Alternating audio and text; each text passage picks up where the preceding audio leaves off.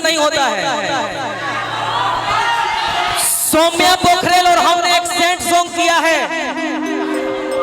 मैंने गाया आँखिया से आंसू हमारा रुकत नहीं खे हो, दिलवा के हाल के हो बुझत नहीं खे हो। अब तो तोहरा घर की दिया सुनाए लगो,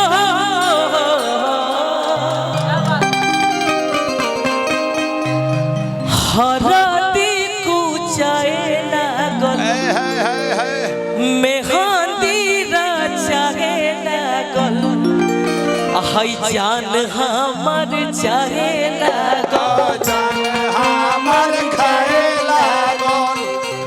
ये गाना आप सब सुनम जा, हमके बहुत आशा ना पूरा विश्वास है। पाखी जी हेलो। हेलो पाखी जी, भागे के नहीं खे? अरे भागना कहाँ है, आप तो मिली हैं। अभी तक कढ़ी बड़ी खा के जाएंगे।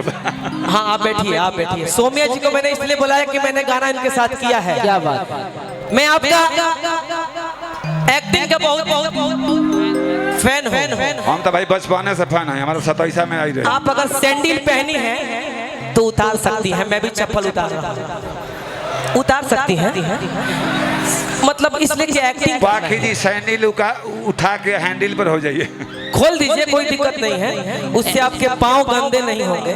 थोड़ा बहुत एक्ट करना है। आदरणीय अरुण यादव जी के आवाज पर हमने को उपस्थित बनी जा, भुवनेश्वर बाबा के हमने के आवाज पर उपस्थित बनी जा।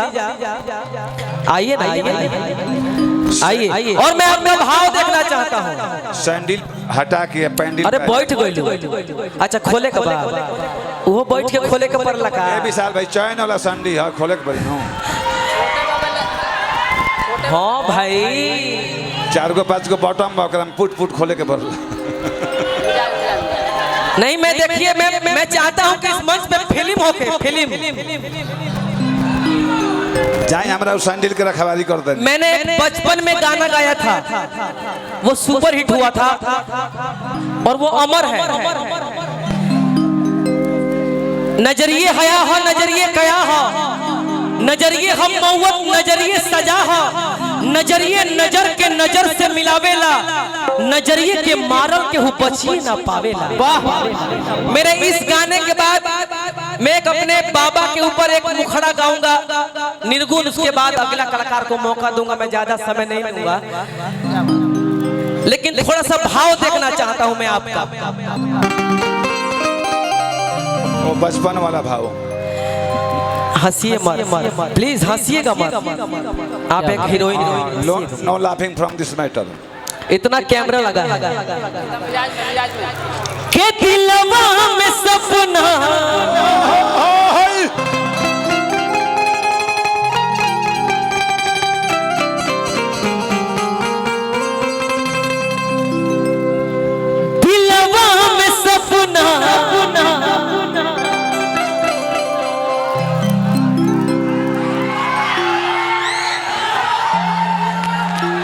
जब प्यार के कहले बता, दोनों हाथ उठावे भाई। हम कहले सब कहले बा प्यार, पाखी जी कहले बारी, पागल प्रेमी सब बह जाए। पाखी जी का प्यार हम देखले बे। इसके बाद एक गाना गाऊंगा, उड़ जाए एक दिन सुगनवा। लेकिन इस गाने के बाद इस भोजपुरी जगत में, इस मंच पे बबीता किन्नर जी को मैंने अपने गाने पे रिकॉर्डिंग डांस करते हुए देखा। अवतार कोई के नौकरिया जाके कीन ली हो तू बजरिया।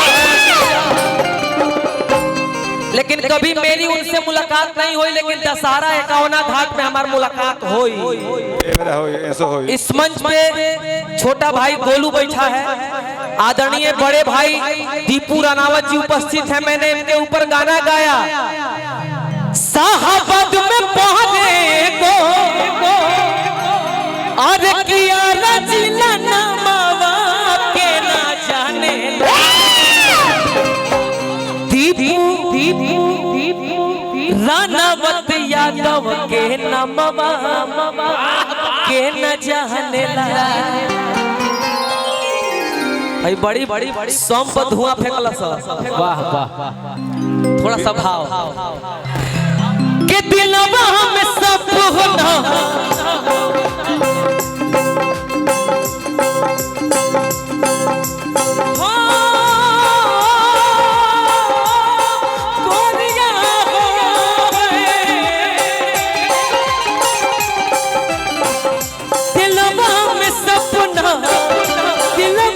सपना जान काहे होला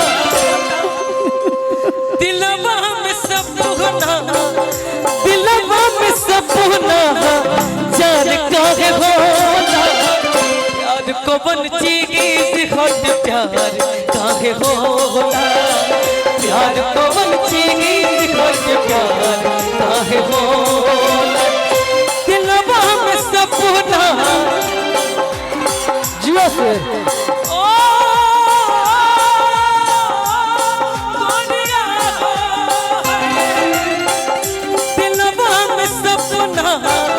दिलवा में सपना जान काहे होला